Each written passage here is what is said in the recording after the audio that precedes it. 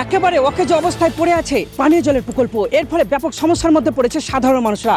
আমি এই মুহূর্তে দাঁড়িয়ে আছি মুর্শিদাবাদ জেলার সাগরদিঘি ব্লকের পাটকেলডাঙ্গা গ্রাম পঞ্চায়েতের লক্ষ্মীহাট এলাকায়। এই যে দেখতে পাচ্ছি পানীয় জলের প্রকল্প, এই পানীয় জলের প্রকল্পটি 6 মাস আগে তৈরি করা হয়েছিল, কিন্তু সাধারণ মানুষরা অভিযোগ করছে যে এখান থেকে 2 থেকে 3 মাস পানীয় জল পাওয়া গিয়েছিল, তারপর থেকে এটি অকেজো হয়ে যায়।